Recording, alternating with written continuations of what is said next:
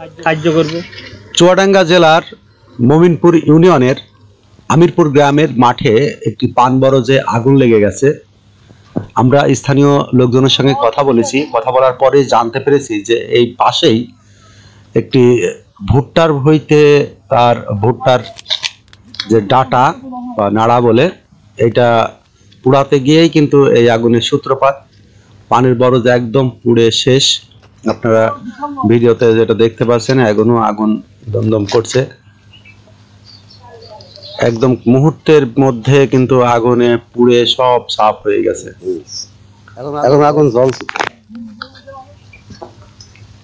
দেখুন, fire service কিন্তু এরা খবর দেয়নি। ফায়ার সার্ভিস খবর দেওয়ার আগেই পুড়ে গেছে। স্থানীয় লোকজন যতটুকু পেরেছে এইভাবেই ওরা আগুন নিভানোর চেষ্টা করেছে। ফায়ার সার্ভিসকে খবর না দিলে তো ফায়ার সার্ভিস আসবে না, তাই না? ফায়ার সার্ভিসকে বলা হয়নি, যে কারণে ফায়ার সার্ভিস আসেনি।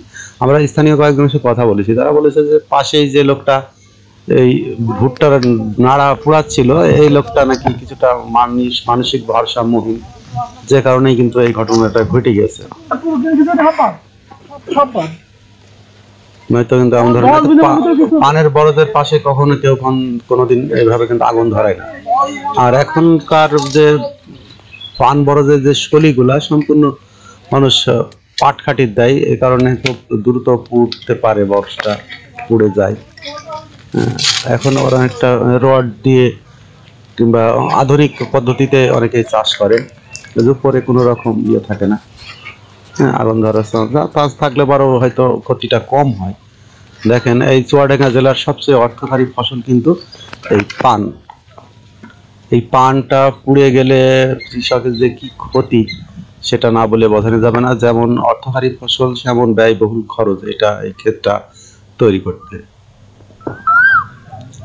দেখেন কি অবস্থা। এই যে এখানে যে ভুট্টার যে নাড়াগুলা দেখতে পাচ্ছেন, এই ভুট্টার নাড়া থেকেই কিন্তু আগুনের সূত্রপাত। অনেকে বলছে উনি নাকি মানসিক ভারসাম্যহীন, কারণ মানসিক ভারসাম্যহীন হলে এবারে তো আর কিছু করার নাই, কিন্তু সে মাঠে কাজ করতে আসবে কেন? মানসিক ভারসাম্য হলে তো বাড়ির লোকজন বেঁধে রাখুক, না হলে তাকে চিকিৎসা করুক। এটা কি ক্ষতি দেখেন। এই যে পাশেই যে ভুট্টা ক্ষেত, সে ভুট্টা ক্ষেত পুড়ে একদম সব সাফ হয়ে গেছে। প্রচুর প্রচুর টাকা ক্ষতি মাঠে। এখন এরা বলতেছে যে আমরা পানের বরজের ভাই যারা আছে যে পুড়াইছে, ভাইরা বলছে নাকি যে ইয়ে করবে, ক্ষতিপূরণ দেওয়ার চেষ্টা করবে। তো আমরা ইউপি চেয়ারম্যানের সঙ্গে, মেম্বারের সঙ্গে কথা বলি।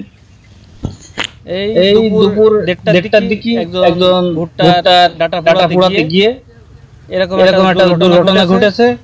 প্রচুর ক্ষয়ক্ষতি। 2 বিঘা ভুট্টা পুড়ে শেষ, 10-12 কাঠা বড় পুড়ে শেষ। এতে অনেক ক্ষতি হয়েছে। আমরা আপাতত সবাই যাদের ক্ষতি হয়েছে তাদের পাশে দাঁড়িয়ে আমরা একটা সমাধান চাই। যখনকার খবর তখনই দেখতে চোখ রাখুন সুন 24 টিভিতে। চ্যানেলটি সাবস্ক্রাইব করুন।